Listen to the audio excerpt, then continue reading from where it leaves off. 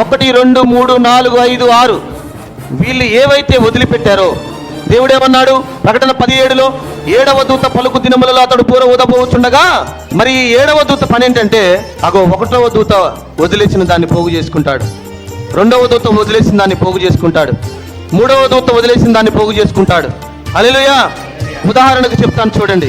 Luther నీతీకరణాన్ని అంటే Roman Catholic machine AD 325 325వ సంవత్సరంలో Roman Catholic machine స్థాపించబడిన తర్వాత మార్టిన్ లూథర్ గారు అందులో సేవకుడిగా ఉన్నాడు. కొంతకాలం తర్వాత ఆయన బయటకు వచ్చి నీతీకరణాన్ని తీసుకొని వచ్చాడు.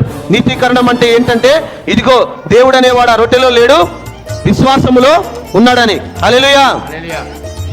అయితే ఈ నీతీకరణం ఆయన తీసుకొచ్చినా కూడా ఆయన ఇంకనూ కూడా ఏదైతే ఆనాడు RCM వాళ్ళు ఏదైతే తండ్రి కుమార పరిశుద్ధాత్మ నామం బాప్తిస్మము ఉందో దాన్నే కంటిన్యూ చేస్తూ వచ్చాడు. ఆయన దాన్ని వదిలేశాడు. అలాగా కొన్ని విషయాలు ఏదైతే వదిలేశారో ఈ 7వ దూత వాటన్నిటిని కూడా పోగు చేసుకుని ఆయన మర్మాలన్నీ కూడా ఇక 7వ దూత తర్వాత మర్మాలు ఏమీ లేవని బైబిల్ చెప్తా ఉంది. హల్లెలూయా.